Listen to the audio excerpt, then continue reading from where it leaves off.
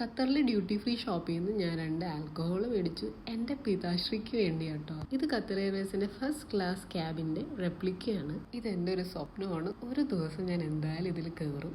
അങ്ങനെ ഇവിടെ എത്തിയപ്പോഴാണ് ഞാൻ മനസ്സിലാക്കിയത് ഞാൻ എയർബസ് 320ലാണ് കയറുന്നത് എന്നുള്ളത്. ഈ ഫോട്ടോയിൽ കാണുന്ന പോലെയാണ് ഈ എയർക്രാഫ്റ്റിന്റെ ബിസിനസ് ക്ലാസിന്റെ കോൺഫിഗറേഷൻ. എനിക്കിത് ഇത്രയും ലെഗ് സ്പേസ് ഉണ്ട്. എൻ്റെ സീറ്റിൽ റീഡിംഗ് ലൈറ്റ് എൻ്റെ സൈഡിൽ തന്നെ ഉണ്ട്. എനിക്ക് എൻ്റെ ഡിപ്റ്റിക് ടവലും കിട്ടി. ഇതാണ് എൻ്റെ പുറത്തോട്ടുള്ള വ്യൂ. കൊള്ളാലേ. അടുത്തായിട്ട് ഭയങ്കര കണ്ടുപിടുത്തമായിരുന്നു. എന്റെ കോക്ടെയിൽ ടേബിൾ ഞാൻ ഇരിക്കുന്ന സീറ്റിന്റെ സൈഡിൽ തന്നെ ഉണ്ടായിരുന്നു. അതെങ്ങനെയൊക്കെയോ ഞാൻ കണ്ടുപിടിച്ചു. അതിന്റെ തൊട്ട് താഴെയായിരുന്നു ഹെഡ്സെറ്റ്, USB, പവർ സോക്കറ്റിന്റെ പ്ലഗ്. പിന്നെ ഞാൻ ഒട്ടും സമയം കളഞ്ഞില്ല. ക്രൂ വരുന്നതിന് മുമ്പേ എനിക്ക് എന്താ വേണ്ടതെന്നുള്ള ഫുഡിന്റെ ലിസ്റ്റൊക്കെ ഞാൻ നോക്കാൻ തുടങ്ങി. എയർക്രാഫ്റ്റിന്റെ വാതിലടച്ചതിന് ശേഷം സേഫ്റ്റി വീഡിയോ പ്ലേ ചെയ്യാൻ തുടങ്ങി. ഈ വീഡിയോയിലുള്ള കെവിൻ ഹാർട്ടിനെ എല്ലാവർക്കും അറിയാലോ അല്ലേ.